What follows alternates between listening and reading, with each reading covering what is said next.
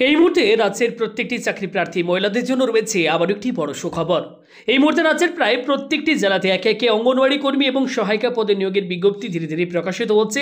বেশ কয়েকটি জেলায় ইতিমধ্যে বিজ্ঞপ্তি প্রকাশিত হয়েছে এবং সেই নিয়ে অলরেডি আমাদের চ্যানেলে ভিডিও আপলোড করেছি। এই মুহূর্তে রাজ্যের আরও একটি জেলায় কিন্তু বহু অপেক্ষার পর আপনাদের জন্য বিজ্ঞপ্তি প্রকাশিত হয়ে গিয়েছে। যারা ওয়েট করেছিলেন যে আপনাদের জেলায় কবে বিজ্ঞপ্তি প্রকাশিত হবে, তাদের জন্য রয়েছে এই মুহূর্তে বড় সুখবর। তো এই মুহূর্তে রাজ্যের কোন জেলায় বিজ্ঞপ্তিটি প্রকাশিত হয়েছে, কোন কোন ব্লকের অধীনে এই মুহূর্তে নিয়োগ করা হচ্ছে, শূন্য পদ কী রয়েছে, কোয়ালিফিকেশন কী থাকতে হবে, বেতন কী রয়েছে, আবেদন কবে থেকে শুরু হয়েছে, লাস্ট ডেট কী রয়েছে, সমস্ত কিছু জানাবো এই ভিডিওটিতে আপনাদেরকে। তাই ভিডিওটি আপনারা যারা এই মুহূর্তে দেখছেন প্রত্যেকেই ভিডিওতে একটি লাইক করুন, ভিডিওটি প্রচুর পরিমাণে শেয়ার করে দিন। চ্যানেলে নতুন দর্শক নতুন ভিউয়ার্স হয়ে থাকলে চ্যানেলটিকে সাবস্ক্রাইব করুন, পাশে থাকা ঘন্টার ওপর ক্লিক করে অল অপশনটি অন করে রাখুন, যাতে আমাদের পরবর্তী কোনো ভিডিওর নোটিফিকেশন আপনার মিস না হয়।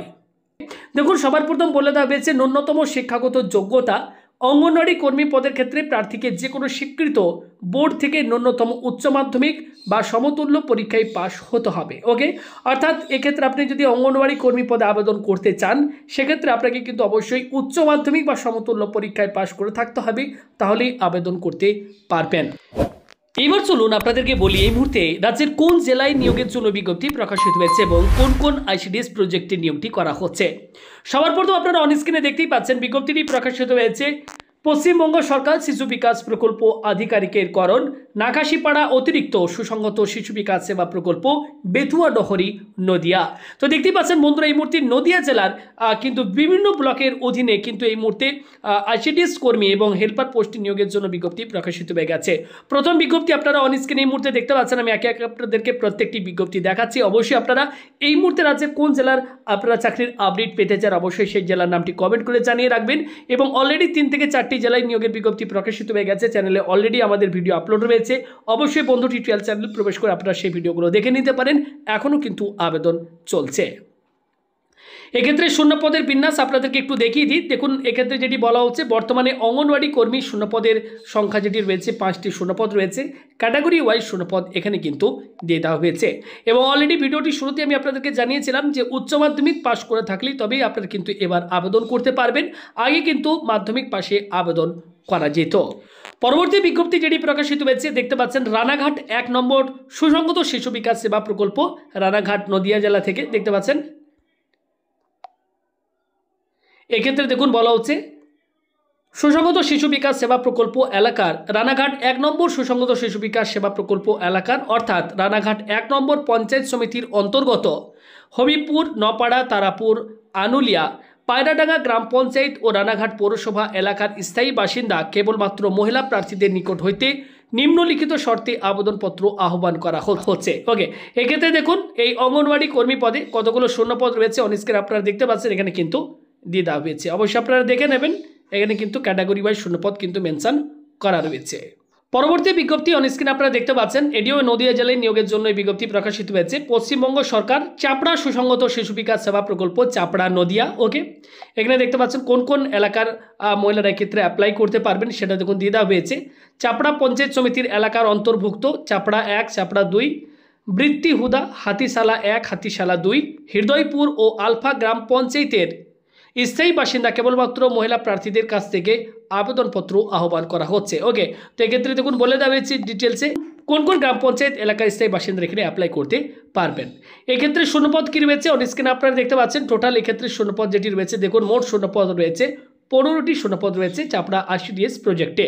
পরবর্তী বিজ্ঞপ্তি যেটি প্রকাশিত হয়েছে দেখতে পাচ্ছেন, চাপড়া অতিরিক্ত সুসংহত শিশু বিকাশ সেবা প্রকল্প, চাপড়া কোন কোন গ্রাম পঞ্চায়েত এলাকার স্থায়ী বাসিন্দা মহিলা প্রার্থীরা আবেদন করতে পারবেন সেটি দেখতে পাচ্ছেন এখানে কিন্তু মেনশন করা রয়েছে। অবশ্যই আপনারা ভিডিওগুলো নোটিফিকেশনগুলো ডাউনলোড করে আপনারা কিন্তু দেখে নেবেন। ডিসক্রিপশন বক্সে আমাদের হোয়াটসঅ্যাপ চ্যানেলের লিঙ্ক থাকবে, চাইলে সেখানে আপনারা কিন্তু জয়েন হয়ে থাকতে পারেন, সেখান থেকে আপনারা পরবর্তী আপডেটগুলো পেয়ে যাবেন। এক্ষেত্রে দেখুন বলা হচ্ছে চাপড়া অ্যাডিশনাল আইসিডিএস প্রজেক্ট, মোট শূন্যপদ রয়েছে 8টি। পরবর্তী বিজ্ঞপ্তি যেটি প্রকাশিত হয়েছে দেখতে পাচ্ছেন, করিমপুর 1 সুসংহত শিশু বিকাশ সেবা প্রকল্প, শিকারপুর, নদিয়া। এক্ষেত্রে কোন কোন পঞ্চায়েত এলাকার স্থায়ী মহিলা প্রার্থীরা আবেদন করতে পারবেন দেখুন এখানে কিন্তু মেনশন করে দেওয়া হয়েছে। অবশ্যই আপনারা এই নোটিফিকেশন থেকে দেখে নেবেন। এছাড়া এখানে দেখুন গ্রাম পঞ্চায়েতের নাম ডিটেলসে দেখুন এখানে কিন্তু বলে দেওয়া হয়েছে। ওকে, শিকারপুর, পিপুলবাড়িয়া, ওকে, জমশেদপুর, করিমপুর 2, করিমপুর 1, হরেকৃষ্ণপুর, টোটাল 9টি শূন্যপদ রয়েছে। ক্যাটাগরি ওয়াইজ শূন্যপদ এখানে কিন্তু মেনশন করা রয়েছে। অবশ্যই আপনারা নোটিফিকেশনগুলো ডাউনলোড করে কিন্তু ডিটেলসে দেখে আপনারা পড়ে বুঝে তারপরে কিন্তু আবেদন করবেন। লাস্ট যে বিজ্ঞপ্তি প্রকাশিত হয়েছে দেখতেই পাচ্ছেন, তেহট্ট 1 সুসংহত শিশু বিকাশ সেবা প্রকল্প, তেহট্ট, নদিয়া। এক্ষেত্রে কোন কোন গ্রাম পঞ্চায়েত এলাকার স্থায়ী মহিলা প্রার্থীরা আবেদন করতে পারবেন সেটি দেখুন এখানে কিন্তু মেনশন করে দেওয়া হবে, অন স্ক্রিনে দেখতে পাচ্ছেন।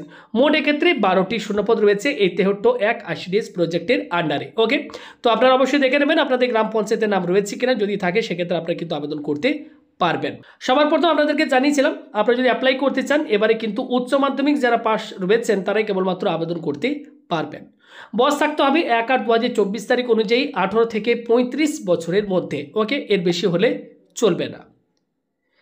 নেক্সট যখন বলা হচ্ছে স্থায়ী বাসস্থান সংক্রান্ত শর্ত, স্থায়ী বাসিন্দা শংসাপত্রের ক্ষেত্রে সংশ্লিষ্ট লোকসভার সদস্য, জেলার সভাধিপতি, সংশ্লিষ্ট এলাকার বিধায়ক অথবা জেলা শাসক অথবা অতিরিক্ত জেলা শাসক অথবা মহকুমা শাসক, পঞ্চায়েত সমিতির সভাপতি, সমষ্টি উন্নয়ন আধিকারিক অথবা গ্রাম পঞ্চায়েতের প্রধান কর্তৃক প্রদত্ত সচিত্র শংসাপত্র বৈধ বলে গণ্য হইবে। ওকে, স্থায়ী বাসিন্দা সার্টিফিকেট আপনাদের কিন্তু অবশ্যই লাগবে।